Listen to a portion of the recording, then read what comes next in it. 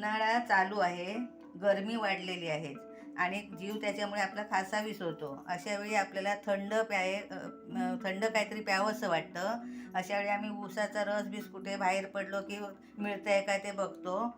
त्या ऊसाच्या रसाच्या चवीचं मी तुम्हाला आता गुळाचा सरबत बनवून दाखवणार आहे. त्याच्यासाठी लागणारं साहित्य मी तुम्हाला आधी सांगते. मी अर्धी वाटी गूळ किसून घेतलेला आहे, एक लिंबू घेतला आहे आणि अर्धा चमचा मी काळं मीठ घेतलेलं आहे.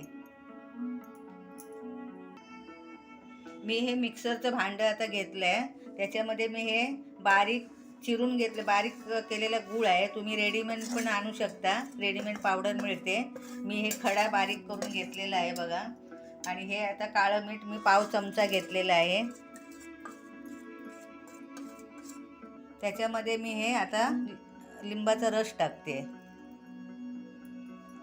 आणि मी हे आता 2 ग्लास पाणी होईल एवढं पाणी टाकते बघा. हे आता मी मिक्सरला लावून घेते. हे बघा, हे मिक्सरला आता मी गूळ लावून घेतलाय.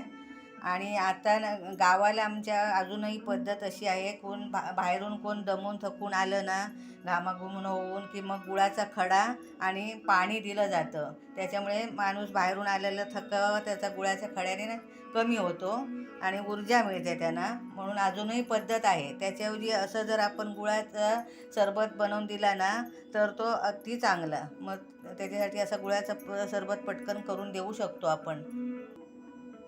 मी आता हे ग्लासांमध्ये 2 बर्फाचे तुकडे टाकते आणि हे आता मिश्रण मी केलं आहे ना, हे मी आता ग्लासांमध्ये ओतते.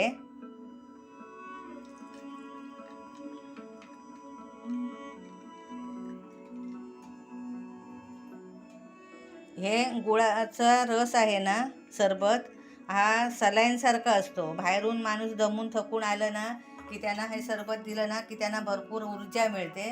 म्हणून असं गुळाचा सरबत बनवून दिलं तर अति चांगलं.